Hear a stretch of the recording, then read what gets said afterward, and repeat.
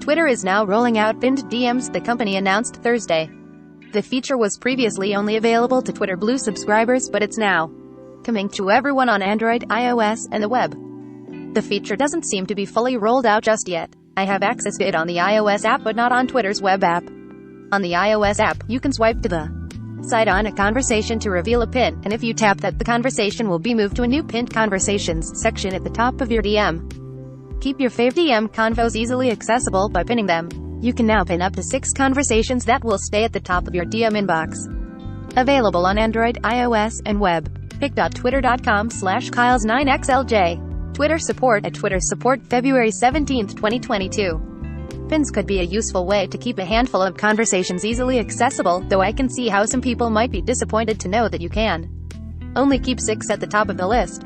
Now that pins are rolling out more widely, there are 2 features that currently live under Twitter Blue's exclusive labs label: longer video uploads and NFT profile pictures. If you want to try those out now, you'll have to subscribe to Twitter Blue, which costs $2.99 per month in the US, and varies depending on where you are based.